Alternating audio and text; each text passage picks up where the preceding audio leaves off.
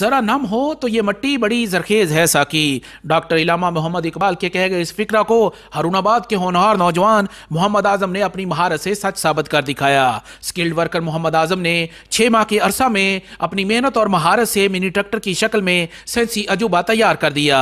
नौजवान ने इस मिनी ट्रैक्टर की तैयारी में 110 सीसी मोटरसाइकिल का इंजन इस्तेमाल किया है। नौजवान हुनरमंद ने इस मिनी ट्रैक्टर की तैयारी में किसी मैकेनिकल इंजीनियर की मदद तक नहीं ली और अपनी मदद के तहत ये मिनी ट्रैक्टर तैयार किया है। इस ट्रैक्टर की तैयारी पर 1 लाख रुपए की लागत आई है। इस मिनी ट्रैक्टर में मुकम्मल हाइड्रोलिक सिस्टम लगा हुआ है जिसकी मदद से किसान छोटे पैमाने पर अपनी फसलों को फायदा पहुंचा सकता है। इस नौजवान ने इस अज़म का इजहार किया है कि वो बहुत जल्द इस मिनी ट्रैक्टर के साथ इस्तेमाल होने वाले दीगर ज़राई आलात भी तैयार कर लेगा। मज़ीद इंशाल्लाह इससे और हम पीछे इसके ट्राली बनाएंगे और हल करा ये चीज़ें जो ज़राई-ए-आलात की हैं, जो छोटी लेवल पे जो किसान भाई हैं वो काम कर सकते हैं इससे आसानी से।